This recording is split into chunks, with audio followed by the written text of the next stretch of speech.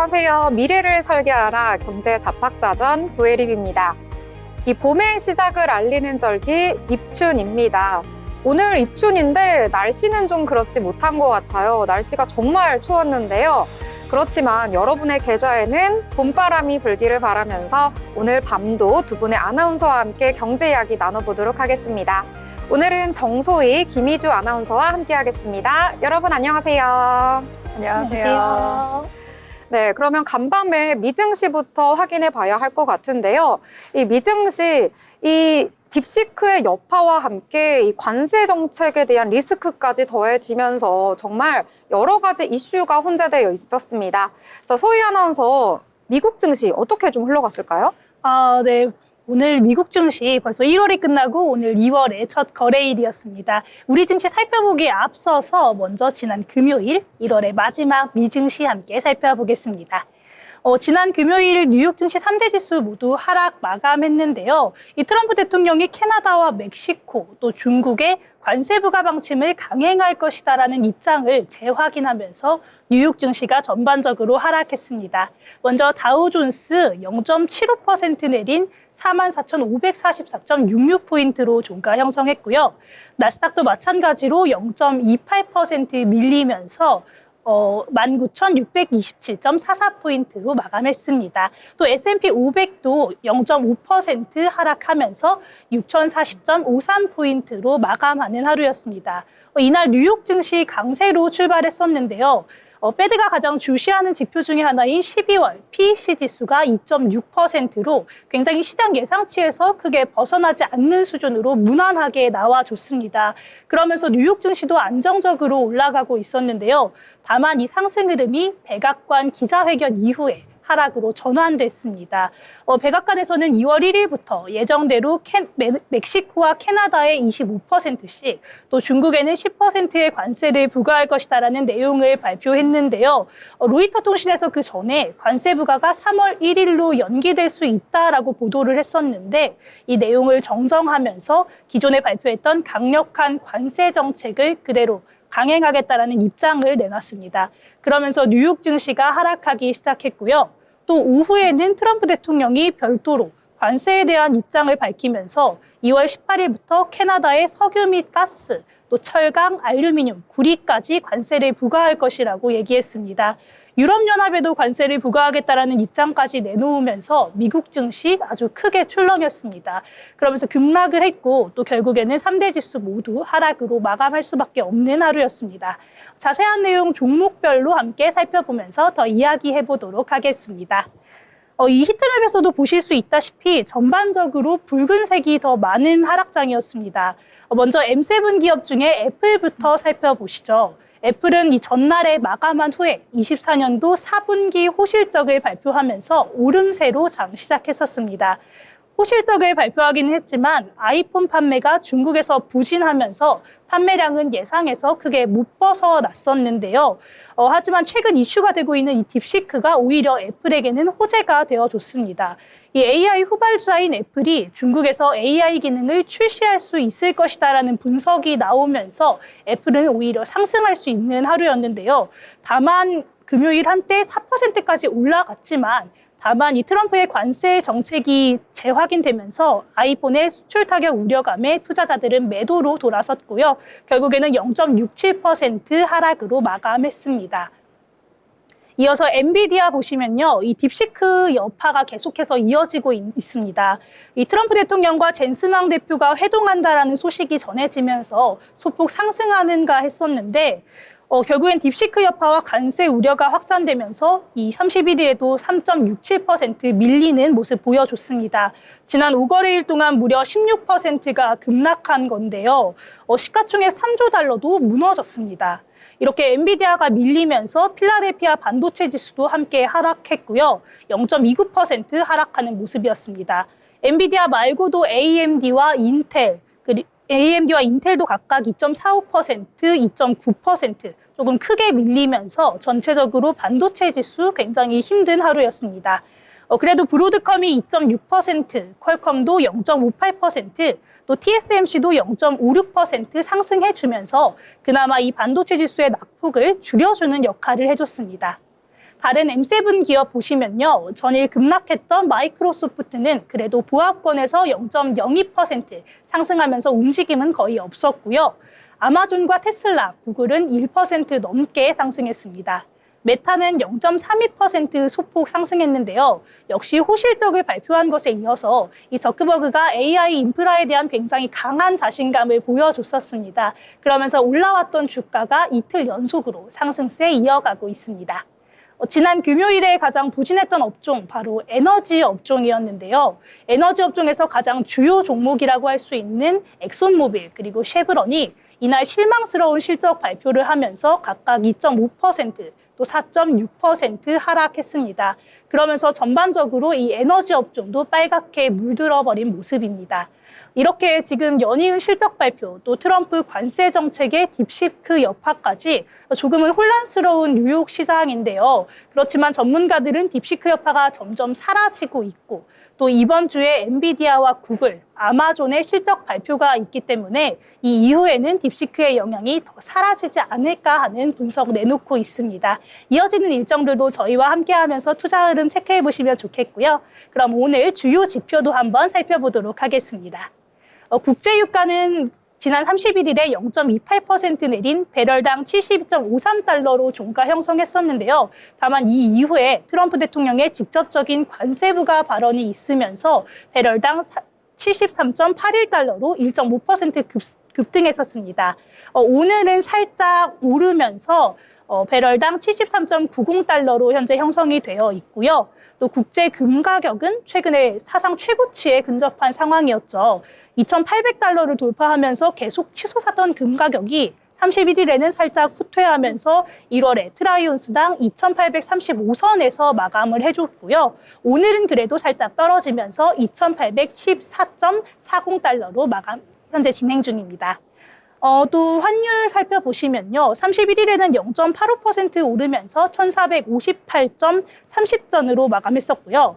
1월 초에 비하면 1월 말에는 아주 소폭 내려간 모습이긴 했습니다. 오늘도 조금 내려오나 싶었는데 다시 올라가는 모습입니다. 오늘 외환시장 마감 직전인 3시 기준으로는 소폭 상승하면서 1,467.60달러로 60원으로 현재 형성되어 있습니다. 또 미 국채 금리도 빼놓을 수 없겠죠. 미 국채 금리는 트럼프 대통령의 관세 부과에 따른 인플레이션 우려로 상승하는 모습이었는데요. 다만 그 전주와 비교해 본다면 10년물, 2년물 모두 하락한 정도 체크해 보시면 좋겠습니다. 오늘은 현재 미 국채 10년물, 2년물 모두 소폭 하락하고 있습니다. 또 오늘 저녁에는 미국 ISM의 1월 PMI 지수가 공개될 예정인데요. 또 스탠더드 앤 푸어스 글로벌의 1월 미국 서비스업 PMI 서비스업 확정치도 공개됩니다. 또 패드의 고위 관계자들의 공식 석상 자리가 이번 주에 많이 예정이 되어 있기 때문에 어떤 발언이 나올지도 주목해 봐야 할 것 같습니다. 또 알파벳과 아마존 그리고 이런 미국 주요 기업들의 실적 발표도 이번 주에 많이 예정되어 있으니까요. 한 주간도 저희와 함께 하시면서 투자에 필요한 정보 담아가시면 좋겠습니다. 지금까지 미증시였습니다.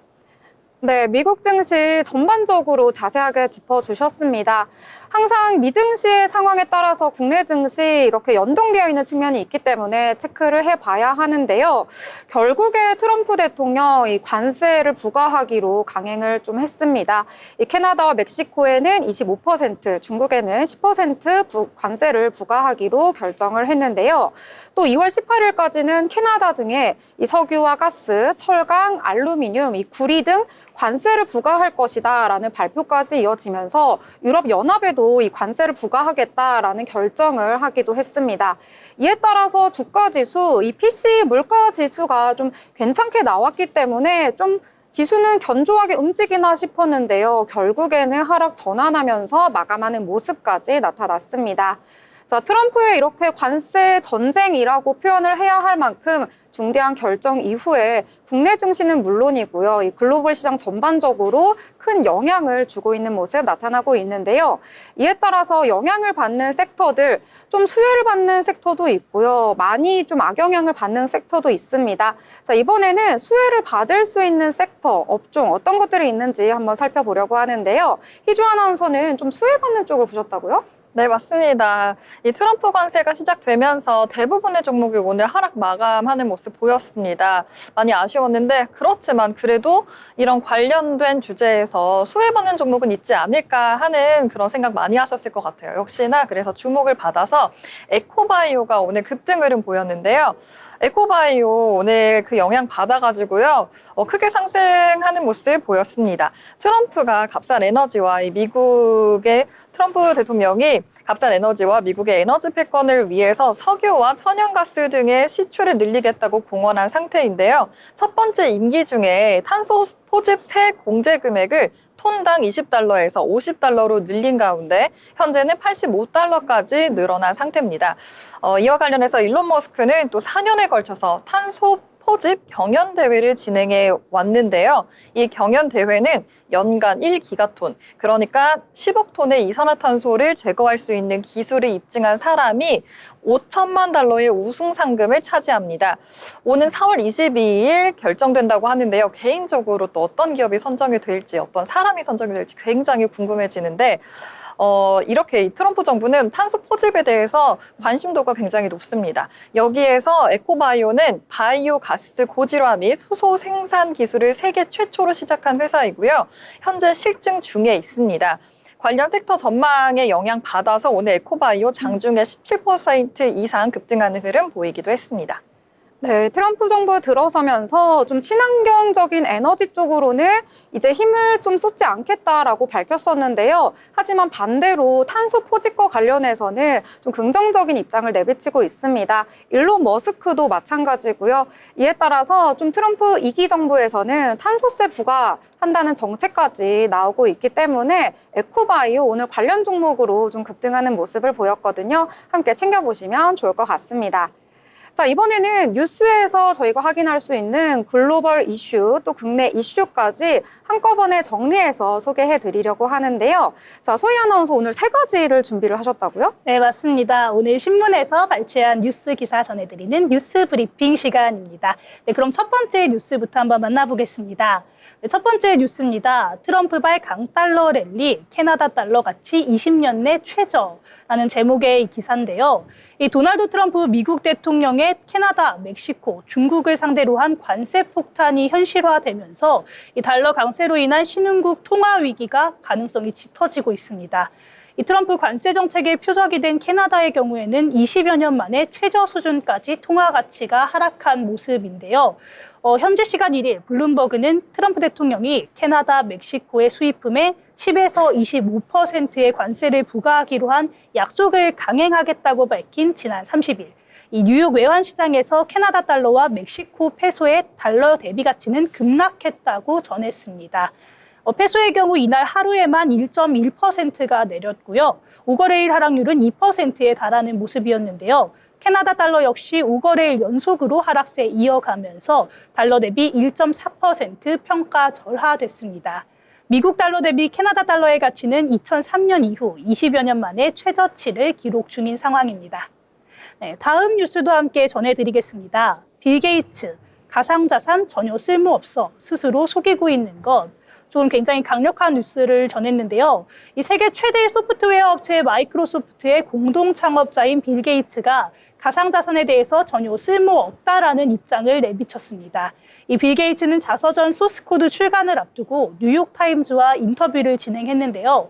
이 인터뷰에서 높은 IQ를 가진 사람들이 가상자산의 유용성에 대해 스스로를 속이고 있다라고 지적했습니다. 빌 게이츠는 그동안 일론 머스크 테슬라 최고 경영자와 대립각을 세워왔습니다. 그는 일론 머스크와 테슬라가 비트코인에 투자한다고 해서 일반 투자자들이 그를 따라야 하는 것은 아니다. 그리고 머스크보다 재산이 적다면 투자를 조심해라라고 경고했습니다. 이 빌 게이츠가 가상자산에 대해 비판한 것은 이번이 처음은 아닌데요. 2022년 캘리포니아 버클리에서 열린 기후변화 컨퍼런스에서도 NFT 등 가상자산 프로젝트가 더 큰 바보 이론에 기반한 허튼 소리라고 말한 바 있습니다. 그는 또 비트코인을 채굴하거나 거래하는 과정에서 많은 양의 전력이 소비된다면서 기후변화에 악영향을 미칠 수 있는 점도 강조했습니다. 네, 다음 소식 전해드리겠습니다. 연 2%대 자금 조달, 회사채로 눈 돌리는 금융지주, 자세한 내용 한번 알아보겠습니다. 이 국내 주요 금융지주사가 올 들어 회사채를 통한 자금 조달 카드를 잇따라서 꺼내 들었습니다. 연 2%대 저금리 회사채를 찍어서 자금 조달 비용을 줄이기 위해서인데요. 그동안 자본을 확충할 수 있는 신존 자본증권을 유동성 창구로 주로 활용했었는데 이 금리 인하기를 맞이하면서 회사채 발행 비중을 늘리기 시작했다는 분석이 나오고 있습니다. 이일 한국예탁결제원에 따르면 5대 금융지주 가운데 KB, 신한, 우리, 농협 이 네 곳이 올 들어서 총 8천억 원 규모의 회사채를 발행한 것으로 알려졌습니다. 이 주요 금융지주가 연초부터 회사채 시장에 일제히 뛰어든 건 굉장히 이례적이라는 평가가 나오고 있는데요. 지난해 1분기엔 하나금융과 농협금융만 일부 자금을 회사채로 조달하는 데 그쳤던 거에 비하면 굉장히 이례적인 일입니다. 그동안 금융지주는 줄곧 영구채를 중심으로 자본을 조달해왔는데요. 금융당국의 재무건전성 지표 개선 압박 속에서 유동성을 확보하고 또 자본을 확충할 수 있기 때문이었습니다. 하지만 본격적인 금리 인하기가 도래하면서 영구채 대신에 회사채로 눈을 돌리고 있습니다. 회사채 발행을 통한 이자 비용 축소가 이 기업에 더 유리하다는 판단입니다. 금융지주의 회사채 금리는 지난해 4분기 연 3%대에서 지난달 연 2%대 후반으로 떨어졌는데요. 자금 조달에 따른 금융지주의 이자 비용 부담이 그만큼 줄어들었다는 뜻으로 풀이됩니다. 오늘 제가 준비한 뉴스는 여기까지입니다. 네, 여러 가지 소식들 정리해서 알려주셨습니다. 이 중에서 가장 좀 주목하면 좋을 뉴스 하나만 꼽자면 어떤 걸까요?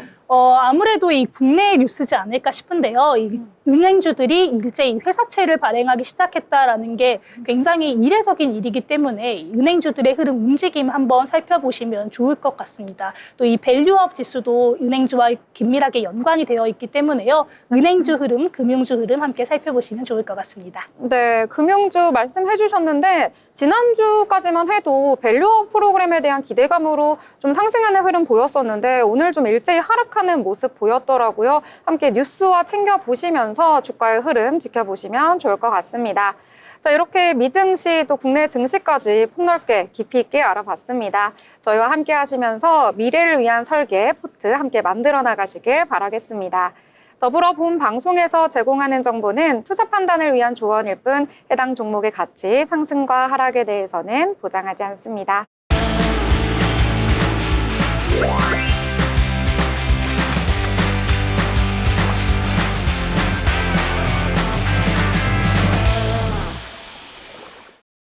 네, 이번 시간은 전국의 축제, 맛집, 핫플을 알아가는 시간이죠. 어디 갈까 시간입니다. 오늘은 또 어디 갈지 너무나도 궁금한데요. 오늘은 김민 아나운서와 함께 하도록 하겠습니다. 안녕하세요. 네, 오늘 어디로 갈지 너무 궁금한데요. 2월엔 또 어디로 가야 할지 어떤 곳을 준비하셨나요? 네, 여러분 안녕하세요. 오늘 벌써 설날이 지나고 2월이 찾아왔습니다. 유독 강추위가 심했던 오늘 입춘이 지나가고 있는데요. 지난 강추위 때문인지 올해는 특히나 눈 관련된 축제가 굉장히 많았습니다. 우리 아나운서님들은 이번 축제 잘 즐기고 계신가요? 축제요? 너무 못 즐기고 있고 저는 저도요. 스키장도 가고 싶은데 벌써 2월이라니 믿을 수가 없습니다. 네, 저도 아직 눈축제를 한 번도 이번 겨울에는 못 즐겼거든요. 그래서 소개해 주실 축제가 너무 기대되는데요. 사실 오늘 아쉽게도 눈 축제가 아니라 오늘은 조금 더 다른 내용을 준비해 봤습니다. 네, 오늘 입춘이라고 하죠. 시청자분들께서도 2월을 맞아 새로운 축제에 대해서 굉장히 궁금해 하실 것 같은데요. 네, 오늘은 산뜻한 꽃내음이 나는 축제 한 가지를 가지고 왔습니다. 오늘 소개해드릴 축제는 바로 휴에리 유채꽃 축제입니다. 휴에리는 수많은 꽃들과 한라산 풍경이 더해져 더욱 아름다움을 자랑하는 꽃정원이라고 하는데요. 한겨울의 꽃축제라니 이 오프닝 소개를 듣기만 해도 기대감이 아주 물씬 차오르는데요. 좀 더 자세히 소개해 주시겠어요? 네, 이번 유채꽃 축제에서는 유채꽃밭, 그리고 동백 정원, 수국 온실 등 정성스럽게 키운 꽃을 공원 곳곳에서 살펴볼 수 있다고 하는데요. 더욱 풍성한 축제로 진행되고 있어서 제주 겨울을 대표하는 유채꽃, 그리고 동백꽃이 가득한 휴에리 유채꽃 축제에서는 웨딩 스냅, 그리고 우정 스냅과 같이 인생 사진을 찍기 좋은 장소로 인정을 받고 있다고 합니다.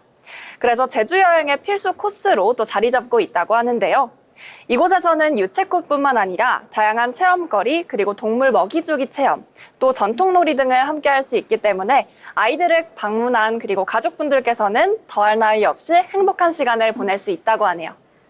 체험거리도 정말 많은데요. 저는 동물 먹이주기 체험 한번 해보고 싶은데 어떤 체험이 가장 좀 인기가 있을까요? 사실 유채꽃 축제지만 굉장히 다양한 체험 활동을 진행하고 있습니다. 특히나 전통놀이 체험이 인기가 많다고 하는데요.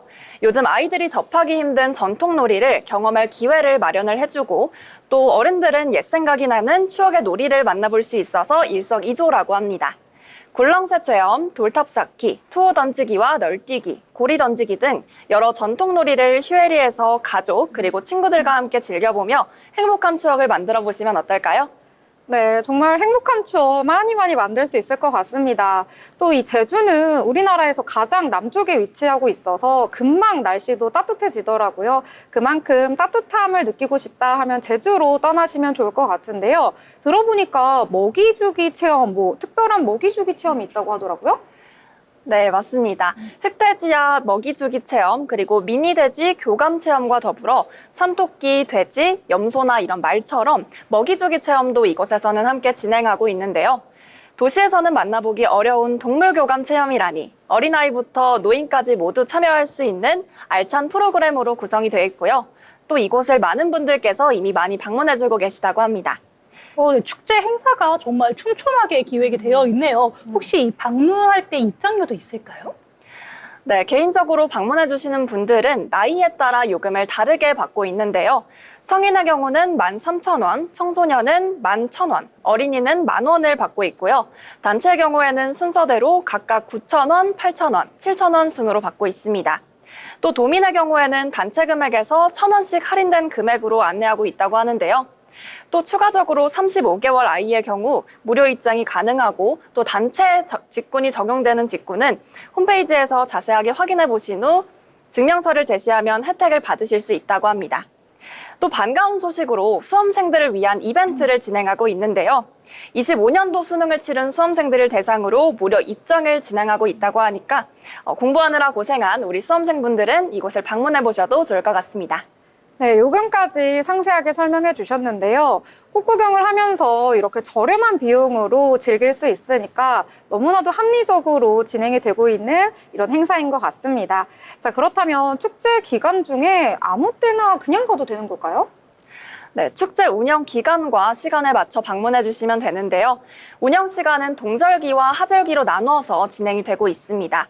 2월까지는 동절기로 구분되기 때문에 오후 4시 30분까지만 운영을 하고요. 3월부터 9월까지는 하절기로 구분이 되어서 오후 5시 30분까지 운영을 한다고 하니까요. 너무 늦지 않게 방문하셔서 여러 체험 프로그램을 다양하게 즐겨보시면 좋을 것 같습니다. 또 이 프로그램마다 오픈 시간이 달라서 자세한 내용은 홈페이지를 참고하시면 더 좋겠습니다. 다양한 프로그램이 진행되는 게 너무 좋은데요. 아무래도 겨울에 진행되다 보니까 혹시 조심해야 될 점이 있을까요? 네, 꽃축제다 보니까 크게 유의해야 할 점이 많지는 않은데요. 다만 최근에 이어지는 예년보다 높은 기온 이상 등의 이유로 유채꽃 개화 시기 그리고 동백꽃의 개화 여부 등이 미리 확인해 보시고 방문해 보시는 것이 더 좋겠습니다. 네, 저도 방문해보고 싶을 정도로 너무 재밌는 게 많은 것 같은데요. 이 휴에리 유채꽃 축제에 혹시 더 주목해볼 만한 점이 있을까요? 네, 이번 휴에리 유채꽃 축제에서는 방문객들을 위한 여러 가지 편의시설도 잘 마련되어 있는데요. 매표소와 매장에서 휠체어와 유모차를 대여하실 수 있고요. 또 고령자를 위한 지팡이 대여도 함께 마련되어 있습니다.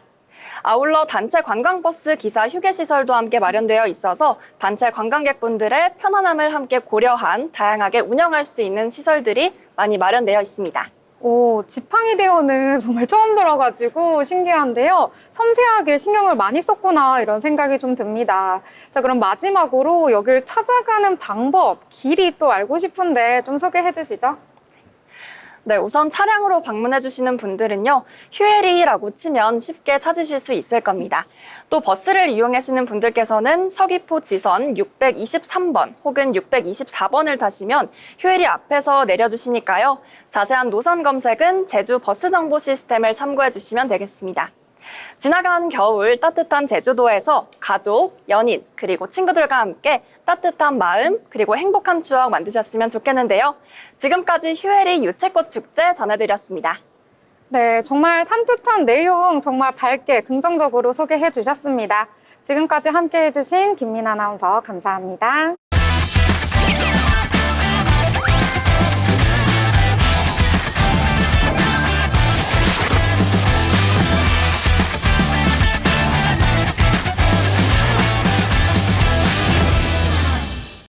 네, 이번 시간은 돈을 잘 벌고 싶은 고수가 되고 싶은 아나운서들이 모여서 경제 이야기, 주식 이야기 함께 나눠보도록 하겠습니다. 제가 지난주 금요일에 방송 마무리하면서 2월에는 더 좋았으면 우리 증시 더 살아났으면 좋겠다라고 말씀을 드렸는데요. 이 주말 사이에 트럼프 대통령의 관세 폭탄을 그대로 맞은 것 같습니다. 오늘장 분위기가 좋지는 못하지만 어떻게 흘러갔는지 한번 자세히 짚어보도록 하겠습니다. 자, 희주 아나운서, 오늘장 어떻게 마무리가 되었을까요? 오늘 장 정말 실망 많이 하셨을 것 같습니다. 물론 예상을 하셨겠지만 오늘 마감 시장 어떻게 마무리가 됐는지 한번 자세하게 살펴보도록 하겠습니다. 네, 먼저 우리 시장은요, 코스피 하락으로 출발했습니다. 그리고 2,500선을 내주면서 하락으로 역시 마감을 했는데요. 2,453.95%로 하락 마감했습니다. 그리고 코스닥 역시 마찬가지입니다. 하락으로 출발해서 결국은 3.36% 오늘 크게 하락하면서 703.80%로 하락 마감한 모습 보실 수가 있습니다. 이어서 수급 상황 살펴보시죠. 수급 상황 보시면은요, 외국인과 기관이 매도세를 보이면서 지수 하락 부추겼습니다. 개인이 홀로 지수 하락을 방어하면서 사자의 힘을 실었지만 역부족이었습니다. 오늘 외국인과 기관이 물량 많이 덜어내면서 지수 하락에 영향 줬는데요. 코스피는요, 개인이 11,277억 원 사들였지만 외국인이 8,722억 원, 그리고 기관이 3,730억 원 매도세 보였습니다. 매도세 보이면서 오늘 코스피 지수 하락으로 이끌었고요. 코스닥 보시면은 개인은 2,950억 원 물량 사들였습니다. 외국인은 1,030억 원, 기관은 1,910억 원 매도 우위 보였습니다. 다음은 시가총액 상위 종목으로 넘어가도록 하겠습니다. 먼저 코스피인데요. 코스피 보시면은 딥시크의 충격에 급락했던 반도체 대장주 삼성전자와 SK하이닉스는 관세 우려로 오늘도 파란불을 켰습니다. 삼성전자 5만 원 선을 위협받았는데요. 2.86% 오늘도 하락 마감하면서 5만 900원으로 오늘 종가 마감했습니다. SK하이닉스도 오늘 전거래일에 이어서 오늘도 하락 마감했습니다. SK하이닉스는 HBM 사업 자체가 엔비디아에 크게 의존을 하고 있다 보니까 전거래일 SK하이닉스는 엔비디아의 여진을 정통으로 맞았습니다. 오늘도 그 여파는 지속됐습니다. 4.62% 하락하면서 19만 원으로 종가 마감했습니다. 삼성바이오로직스는 전거래일 하락 마감했지만 오늘은 빨간불 켜면서 0.09% 강보합으로 108만 2천 원으로 오늘 종가 마감한 모습 보실 수가 있습니다. 현대차와 기아 오늘 전거래일은 상승 마감했지만 현대차와 기아 모두 하락 마감한 모습 보실 수가 있습니다. 딥시크의 긍정적인 영향 받으면서 전거래일 크게 상승한 네이버는 오늘 보합 마감한 모습 보실 수가 있는데요. 21만 6,500원으로 종가 마감한 모습 보실 수가 있습니다. 그럼 시가총액 상위 종목 코스닥으로 한번 넘어가도록 하겠습니다. 코스닥 보시면은요, 역시 거의 대부분 파란불을 켰습니다. 코스닥 전거래일 크게 상승했던 레인보우 로보틱스 오늘도 상승 마감했습니다. 30만 8천 원으로 종가 마감했고요. 전거래일 크게 상승 마감했던 바이오 관련 종목들을 오늘 대부분 하락한 모습 보실 수가 있습니다. 알테오젠 5.38% 하락한 35만 1,500원으로 오늘 종가 마감한 모습 보실 수가 있고요. 이가캠 바이오는 7.27% 크게 하락하면서 11만 7,300원으로 종가 마감했습니다. 또 삼성당 제약도 오늘 전거래일은 상승했지만 오늘은 하락한 모습 보실 수가 있는데요. 8.04% 하락하면서 16만 9,200원으로 종가 마감한 모습 보실 수가 있습니다. 대부분 이렇게 파란불 켜면서 하락 마감한 모습 보셨습니다. 여기까지 오늘의 마감 시황이었습니다. 네, 오늘 시황 정리해 주셨습니다. 양대 시장 오늘 출발부터 하락 출발했었는데 결국 끝까지 파란불로 유지가 되면서 마감이 됐습니다. 코스피 같은 경우에는 전거래일 대비 2.52% 하락을 하면서 2,453 3포인트에서 거래를 마쳤는데요. 외국인이 오늘 8천억 원 넘게 매도하는 모습 나타났습니다. 설 명절 이후에 금요일장에서도 정말 매도세 강하게 나타났었는데 오늘 연이틀 계속해서 매도 우위 나타내고 있고요. 개인이 1조 원 넘게 물량을 받아내는 모습 나타났습니다. 코스닥 같은 경우에도 분위기는 비슷했습니다. 코스닥은 전거래일 대비 3% 넘게 하락을 하면서 703선에서 거래를 마친 모습 나타났습니다. 이 외국인과 기관, 지난주 금요일에는 그래도 동반 매수하는 포지션 나타났었는데요. 오늘 같은 경우에는 양 주체 모두 매도로 포지션 잡았다라고 보실 수가 있겠습니다. 자, 오늘은 시가총액 상단에 위치한 종목들도 대부분 파란불을 켰습니다. 특히 하락폭도 굉장히 컸는데요. 대부분의 종목들, 특히 시가총액이 큰 종목들이 큰 폭으로 하락을 하면서 지수의 하방 압력 강하게 주는 모습 나타났습니다. 지난주 금요일에 이어서 SK하이닉스, 좀 엔비디아가 힘을 못 쓰니까요. 역시 엔비디아의 영향을 받아서 SK하이닉스도 오늘 4% 넘게 하락하는 모습 나타나졌고요. 완성차 업체들 같은 경우에도요. 이 트럼프 대통령의 관세 폭탄을 그대로 영향받았습니다. 이 관세 때문에 미국 현지에 공장을 둔 완성차 업체들 그대로 좀 주가에 영향을 받는 모습 나타나면서 오늘 현대차와 기아 모두 하락하면서 마감을 했다라고 보실 수가 있겠습니다. 이 코스닥 시장에서도 마찬가지로요. 특히 2차 전지 같은 경우에 오늘 변동성이 굉장히 컸는데요. 낙폭도 좀 컸습니다. 에코프로 형제들 모두 큰 폭으로 하락을 하면서 좀 크게 떨어지는 모습 나타나줬고요. 그나마 레인보우 로보틱스 3%대 상승하면서 선방해주는 모습 나타났다라고 정리해 볼 수 있겠습니다. 자, 오늘장 분위기는 좋지 않지만요. 올랐던 테마들 그래도 있거든요. 함께 찾아서 이야기 나눠보도록 하겠습니다. 자, 오늘 장에서 이 내용 좀 빠질 수가 없을 것 같은데요. 소희 아나운서 어떤 내용 전해주실 건가요? 네, 오늘 제가 준비한 소식은 바로 히토류 관련주입니다. 이 오늘 아침부터 불기둥을 뿜으면서 올라와 줬는데요. 이 유니온, 또 유니온의 자회사인 유니온 머티리얼 한번 살펴보겠습니다. 네, 지금 전 세계 시장에서 가장 주목하고 있는 이슈라고 한다면 또 트럼프 정부의 관세 정책이겠죠. 그러면서 미국과 중국의 관세 갈등이 아주 본격화가 됐다고 볼 수 있겠는데요. 이 영향으로 우리 국내 시장에서도 히토류 관련주들이 장중에 강세를 보였습니다. 이 유니온은 전거래일보다 무려 27% 넘게 오르는 모습 보여줬고요. 유니온 머티리얼도 18% 넘게 올랐습니다. 유니온 머티리얼은 히토류 대체 소재로 여겨지는 페라이트 마그네트를 생산하는 기업이고요. 유니온은 유니온 머티리얼의 지분 40%를 보유하고 있는 자회사입니다. 모회사입니다. 네, 일반적으로 국내 히토류 대체 관련주는 미국과 중국의 패권 전쟁이 심화될 때마다 테마적 성격으로 급등하는 경향이 있었는데요. 이번에도 중국이 히토류 수출 통제를 무기로 사용할 가능성이 있기 때문에 이 유니온과 같은 히토류 대체 관련주들이 올라가고 있는 모습입니다. 중국은 전 세계 히토류 공급량의 60%를 차지하고 있고요. 또 정제된 히토류 공급량은 90%나 차지하고 있는 상황인데요. 이 히토류가 반도체와 산업용 자석, 또 태양광 패널 같은 다양한 기술 제품의 필수적인 이 17개의 원소가 구성되어 있기 때문에 최근 1년간 중국은 히토류 관련 수출 규제를 강화하면서 관련 산업의 전반적으로 지배력을 확대해 왔습니다. 이런 상황에서 미중 갈등으로 히토류 수출 규제가 더 강해진다면 대체 자원이라도 이제 기업들에서 확보해야 하는 상황인데요. 그렇다 보니까 히토류 자석 대체 사용이 기대되는 고성능 페라이트 마그넷 자석 생산 사업을 하고 있는 유니온 머티리얼이 올라와 주고 있고 또 모회사인 유니온도 오늘 함께 올라와 줬습니다. 이 흐름이 언제까지 이어질지 지켜봐야 할 것 같습니다. 네, 미국과 중국 계속해서 패권 전쟁 흘러가고 있습니다. 방금 소희 아나운서가 전해주신 것처럼 미국과 중국의 갈등이 심화될 때마다 히토류 관련주들, 테마주 성격으로 좀 강세 보이는 흐름 나타나는데요. 오늘 장에서도 마찬가지로 히토류가 강세를 보였다 이렇게 보실 수가 있겠고요. 앞으로 미국과 중국의 경쟁 계속해서 심화될 것 같고요. 계속해서 서로를 견제하는 모습이 나타날 것 같습니다. 히토류 관련주, 테마주 성격을 띠긴 하지만요. 앞으로 어떻게 흘러갈지 모르는 상황 속에서 유익 있게 보시면 좋지 않을까 이렇게 개인적인 생각도 덧붙여 보도록 하겠습니다.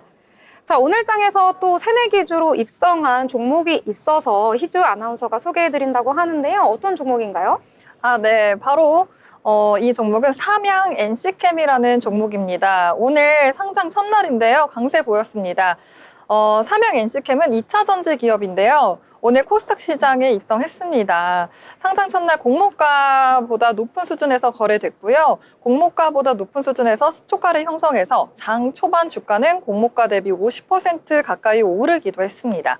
삼양 NC캠은 기업 공개, 이 IPO 과정에서부터 준수한 성적을 기록하기도 했는데요. 삼양 NC캠은 지난달 6일부터 10일까지 진행한 기관 투자자 대상 수요 예측에서 1242대 1 경쟁률을 기록했고요.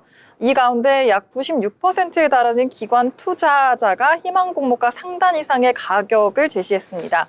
공모가는 희망밴드 상단인 18,000원으로 확정됐고요. 이어서 진행된 일반 투자자 대상 공모주 청약에서는 경쟁률 1281대 1을 기록했고 청약 증거금은 약 3조 1,737억 원입니다. 삼양 NC캠은 IPO로 확보한 자금을 모두 차입금 상환에 활용해서 재무 건전성을 높인다는 계획입니다. 오늘 삼양 NC캠은 17,960원에 종가 기록했습니다. 네, 삼양 NC캠 오늘 상장 첫날인데요. 등장했던 날이 좀 안 좋았던 것 같습니다. 오늘 49%대까지 상승하는 모습 보여줬는데 결국에는 0.2% 약보합으로 마감을 했습니다.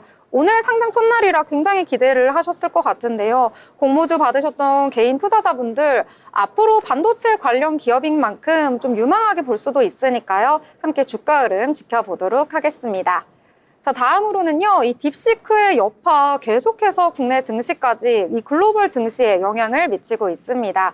이 딥시크의 등장으로 인해서 수혜받는 섹터 있고요. 그렇지 못한 섹터 있는데요. 그 중에서도 관련된 기업 하나 소개해드리려고 합니다. 자, 소희 아나운서 어떤 기업일까요? 네, 오늘 제가 가져온 종목 바로 GRT입니다.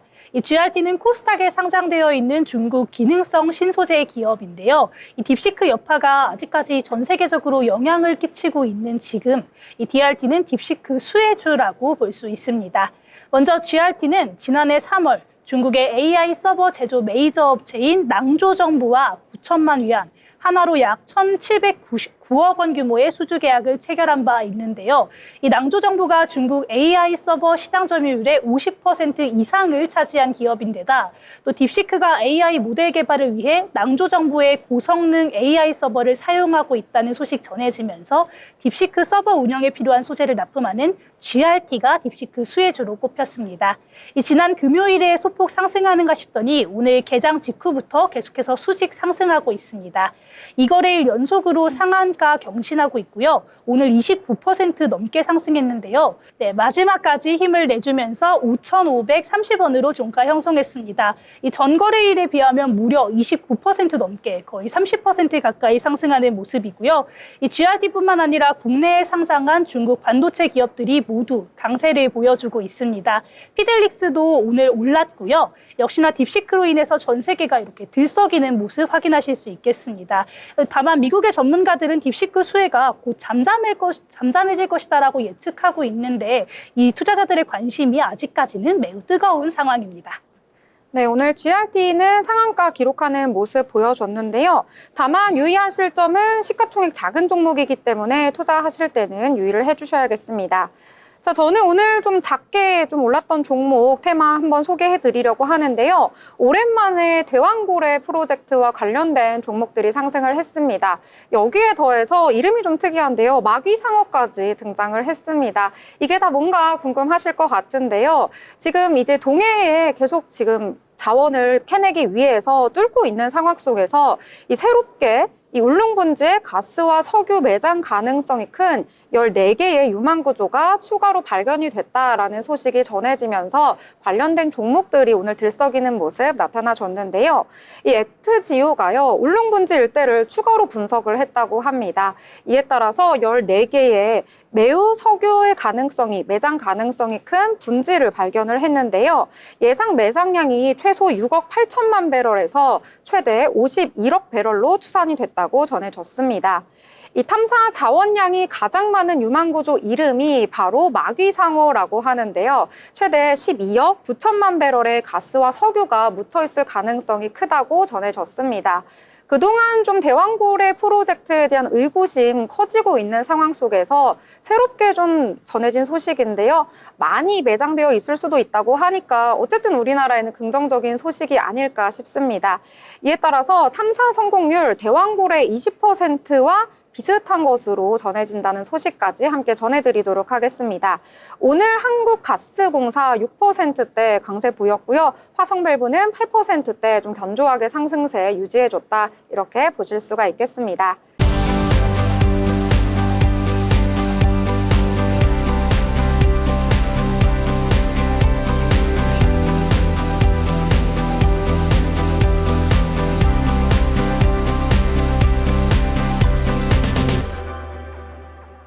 여러분의 투자에 도움이 될 이 리포트를 분석해서 전해드리는 시간입니다. 투자 리포트 보기만 해도 정말 머리가 지끈지끈하시죠? 알기 쉽게 정리해서 전해드린다고 하는데요. 소희 아나운서 어떤 내용을 준비하셨을까요? 네, 오늘 제가 준비한 리포트는 제너럴모터스와 테슬라의 실적 발표, 이런 국내 자동차 업종 영향은이라는 제목의 대신증권 리포트입니다. 이 한국 시간으로 지난 28일과 29일 제너럴모터스와 테슬라의 24년도 4분기 실적 발표가 있었는데요. 이번 컨퍼런스 콜에서 어떤 내용을 전했는지, 또 그로 인해서 투심이 어떻게 움직였는지 함께 살펴보고요. 이어서 국내 자동차 업종 투자 전략까지 함께 이야기해 보도록 하겠습니다. 네, 먼저 제너럴모터스는 컨센서스를 상회하는 실적을 내놨음에도 불구하고 당일 주가가 8.9% 하락했는데요. 반면에 테슬라는 시장 예상치를 하회하는 실적을 내놨는데 당일 주가가 2.3% 하락한 뒤에 오히려 애프터마켓에서 4.1% 상승하면서 반등에 성공하는 모습이었습니다. 굉장히 주가 흐름이 크게 엇갈리는 모습인데요. 이 제너럴모터스의 컨퍼런스 콜 주요 내용부터 한번 살펴보시죠. 24년도 4분기 매출이 477억 달러로 시장 예상치를 상회했고요. 연간 매출은 전년 대비 9% 증가했습니다. 또 전기차 생산 판매량이 거의 19만 대에 달하면서 시장 점유율이 2배 가까이 상승했다는 소식도 전했는데요. 또 4분기에 전기차 변동이익이 흑자 전환으로 돌아서면서 다만 제너럴모터스는 이런 전기차의 성장이 직관적이진 않을 것이다라고 예상했습니다. 그래서 소비자의 수요에 따라서 내연기관 차량과의 균형을 맞춰서 이 자본 조정 전략을 유지하겠다라고 밝혔고요. 또 자율주행 관련해서는 지난해 이미 로보택시인 크루즈 개발을 중단하겠다라고 선언한 바 있는데요. 대신에 개인용 차량을 중심으로 자율주행 기능인 슈퍼크루즈 기능을 강화하겠다고 얘기했습니다. 또 그러면서 올해 순이익을 122억에서 125억 달러 수준으로 전망했는데요. 시장 예상치를 상회하는 수준인데 문제는 이 모든 내용들이 트럼프 정책 리스크가 반영되지 않았다는 점입니다. 이 관세나 세금, 규제 같은 정책 변화를 반영하지 않았기 때문에 이 전망치가 크게 변동성이 있을 수밖에 없는 상황이고요. 특히나 제너럴모터스는 트럼프 정부에서 직접적으로 관세 부과를 언급한 멕시코 그리고 캐나다에 모두 생산시설을 보유하고 있습니다. 일부 생산 물량을 미국으로 전환할 수 있다라는 가능성은 언급을 해줬는데 다만 실적 불확실성이 해소되지는 못하는 상황입니다. 그러면서 호실적에도 불구하고 시장의 투심이 악화됐고 오히려 주가가 8.9% 하락하는 모습 보여줬습니다. 반면에 테슬라는 4분기 매출이 257억 달러로 예상 실적을 하회하는 모습이었는데 오히려 AI, 또 자율주행, 로보틱스에 대한 기대감을 부각시켜주면서 주가를 끌어올려줬습니다. 테슬라 컨퍼런스 콜의 주요 내용도 함께 살펴보시죠. 네, 먼저 테슬라는 전 세계적으로 전기차 판매가 둔화하면서 자동차 부문의 매출이 줄어들었습니다. 이 부진한 실적보다 더 투자자들의 눈길을 끄는 건 바로 완전 자율주행 출시 계획, 그리고 휴머노이드 로봇 개발, 또 저가형 전기차 출시에 대한 아주 구체적인 로드맵이었습니다. 테슬라는 올 6월에 텍사스에서 완전 무인 자율주행 서비스를 시작할 예정이고 또 캘리포니아에서도 올해 내로 적용할 수 있다라는 계획을 내놨는데요. 또 2025년 말까지 미국 내 여러 도시에서 내부 차량의 무감독 자율주행을 진행하고 2026년에는 개별 고객과 소비자들의 차량을 로보택시로 활용할 수 있겠다라는 아주 구체적인 로드맵을 보여줬습니다. 또 휴머노이드 로봇 관련해서 이 옵티머스 프로젝트가 미래 테슬라에서 가장 가치 있는 사업이 될 것이다라고 얘기했는데요. 현재 옵티머스는 테슬라 공장 내에서 단순 생산 작업을 수행 중이고요. 또 이후에는 연간 수백만 대의 규모의 로봇을 생산할 거고 2025년 내로 더 발전된 모델의 옵티머스를 출시하겠다는 계획까지 밝혔습니다.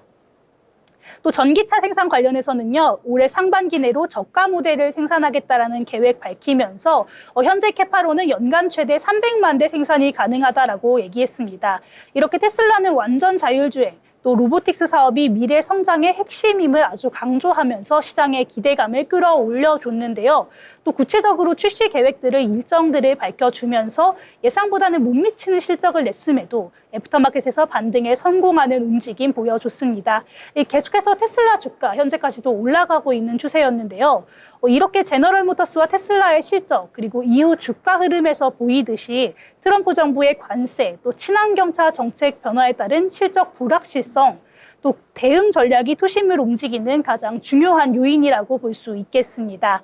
또 자율주행과 로봇 관련 신제품의 상용화 시점과 수익화 전략에 대한 투자자들의 관심이 굉장히 높다는 점도 함께 알 수 있겠는데요.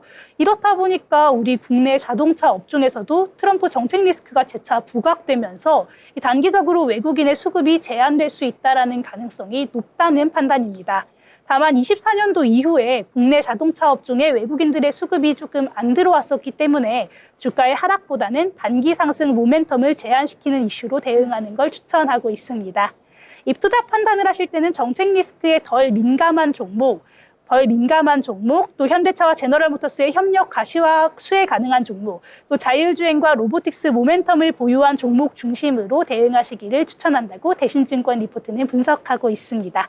네, 이렇게 오늘은 제너럴모터스와 테슬라의 실적 발표, 또 이후 가이던스를 함께 살펴보면서 주가 흐름이 왜 이렇게 움직였는지 함께 살펴봤는데요. 우리 증시가 미국의 영향을 받을 수밖에 없는 만큼 우리 자동차 시장도 미국 주요 종목들 함께 체크해 보시면 좋겠습니다. 네, 지금까지 제가 준비한 리포트였습니다.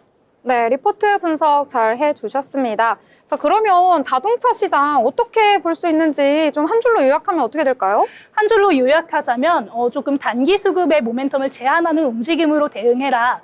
또 지금 현대차와 제너럴모터스가 협력을 하고 있기 때문에 이 가시화를 수혜받을 수 있는 종목들, 부품 소부장단으로 종목 대응하시는 것도 괜찮은 방법일 것 같습니다. 네, 정리까지 완벽하게 해주셨습니다.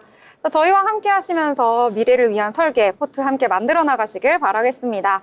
자, 이렇게 다양하게 정말 깊이 있게 오늘장에 대해서 분석을 해봤고요. 미 증시까지도 체크를 해봤습니다. 자, 희주 아나운서는 오늘장에 대해서 그럼 한 줄로 어떻게 표현할 수 있을까요? 오늘 장에 대해서요. 사실 오늘 입춘이었는데 우리 장은 봄이 아직 안 왔어요. 그래서 저는 바람을 좀 담아가지고 봄바람 불어주겠니? 로 마무리하겠습니다. 너무 귀여운걸요? 봄바람 저도 바라도록 하겠습니다. 저 소희 아나운서는 어떤가요? 오늘장 저는 한마디로 표현하면 힘들었다, 힘내자로 한마디로 표현하겠습니다. 우리 장 너무 아래에 깔려 있었기 때문에 2월에는 조금 더 힘나는 장이 되라고 이렇게 표현해 보겠습니다. 네, 저도 트럼프가 전쟁을 시작했습니다. 우리 폭탄 피하자! 이렇게 오늘 정리해 보도록 하겠습니다. 자, 오늘 방송도 이제 마무리가 되었습니다. 오늘 밤도 평온하게 잘 보내시고요. 저희는 내일 방송으로 다시 찾아뵙도록 하겠습니다. 시청해주신 여러분 고맙습니다.